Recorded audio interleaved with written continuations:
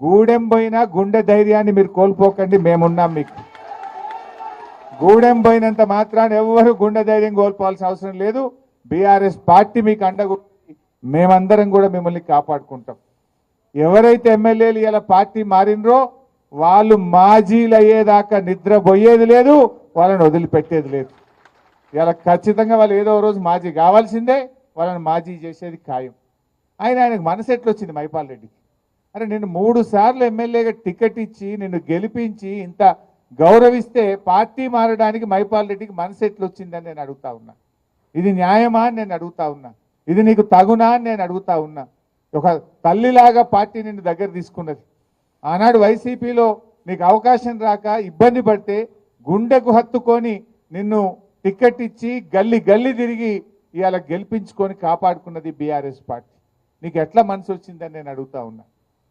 అయినా వ్యక్తులు కాదు ముఖ్యం, పార్టీకి సిద్ధాంతం ముఖ్యం, కార్యకర్తలు ముఖ్యం, మీలాంటి నాయకులు ముఖ్యం. మీకు ఏ ఆపద వచ్చినా, అర్ధరాత్రి ఆపద వచ్చినా నేను మీకు అండగా ఉంటా, ప్రభాకర్ అన్న మీకు అండగా ఉంటాడు. మనకు సీనియర్ నాయకులు మన గౌరవనీయులు భూపాలన్న కానీ, గౌరవనీయులు సత్యన్న కానీ, చాలా శంకరన్న కానీ, ఎంతో అనుభవం ఉన్న నాయకులు మనకు ఉన్నారు. వీళ్ళందరూ కూడా మీకు నిలబడతారు. నేను కూడా ఎంత దూరం, నాకు సిద్దిపేట దూరం, పటాన్ చెరువు దగ్గర, నాకు పిలిస్తే అర్ధగంటలు రాగలితే ఇక్కడికి, చాలా దగ్గరగా ఉంటాం. సో అందువల్ల పార్టీని పూర్తి స్థాయిలో రీబిల్డ్ చేసుకుందాం. మళ్ళీ మంచిగా కష్టపడే కార్యకర్తలకు మంచి నాయకత్వాన్ని మీ పటాన్ చెరువు నియోజకవర్గానికి అందిస్తాం. రాత్రింబవళ్ళు కష్టపడి తిరిగి పటాన్ చెరువు మీద మళ్ళీ మన ఎమ్మెల్యే గులాబీ జెండా ఎమ్మెల్యేను గెలిచేదాకా కూడా అందరం కలిసి పనిచేద్దాం. ఇవాళ మీరు ఒకటే ఆలోచించండి. రేవంత్ రెడ్డి గారు ఆనాడు ఏమన్నాడు? ఎమ్మెల్యేలు పార్టీలు మారితే రాళ్లతో కొట్టండి అన్నాడు.